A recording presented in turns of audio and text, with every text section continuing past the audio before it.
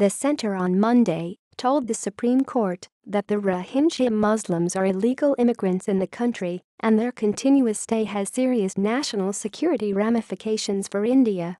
The center's affidavit also says that many Rohingya refugees have links with the Islamic State as well as Pakistan's IC, and therefore allowing them to stay in India would pose a security threat to the country.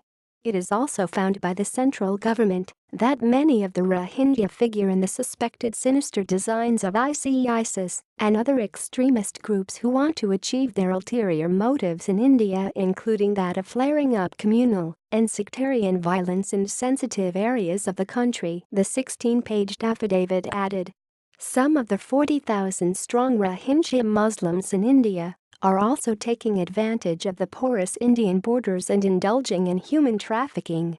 Providing facilities and privileges to illegal immigrants would be a diversion of resources which rightfully belong to Indian citizens, the affidavit says.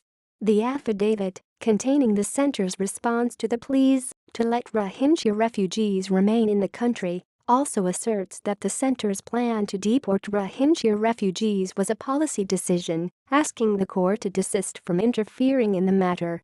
Further, it also said the fundamental right to reside and settle in any part of the country was available to citizens only, and illegal refugees couldn't invoke the jurisdiction of the Supreme Court to enforce the right. The affidavit comes after last week's faux pas by the center in the matter. Earlier during the day, a bench headed by Chief Justice Deepak Misra fixed the bill challenging the deportation of Rohingyas for hearing on October 3. As evident from the constitutional guarantee flowing from Article 19 of the Constitution, the right to reside and settle in any part of the territory of India as well as right to move freely throughout the territory of India is available only to the citizens of India. No illegal immigrant can pray for a writ of this court which directly or indirectly confers the fundamental rights in general, the affidavit filed by the Ministry of Home Affairs said. The government said it may file and sealed cover the details of the security threats and inputs gathered by the various security agencies in this matter. The center also said that since India was not a signatory to the Convention relating to the status of refugees, 1951, the obligations concerned to non-refoulement wasn't applicable. That the provisions of Convention relating to the status of refugees, 1951 and Protocol relating to the status of refugees, 1967 cannot be relied upon by the petitioners since India is not a signatory of either of them. It is respectfully submitted that the obligation concerning the prohibition of return non-refoulement is a codified provision under the provisions of 1951 Convention referred to above.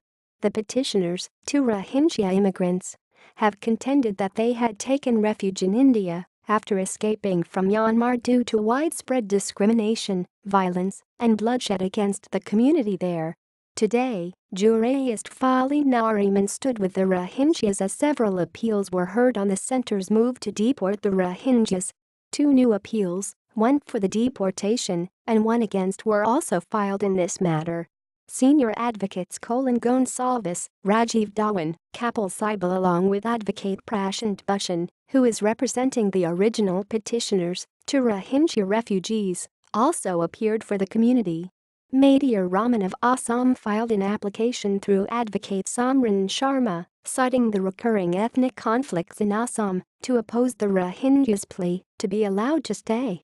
Earlier, speaking to reporters here, Minister of State for Home Kiran Rijiju asserted the government's stand to deport Rohingya refugees was in the nation's interest.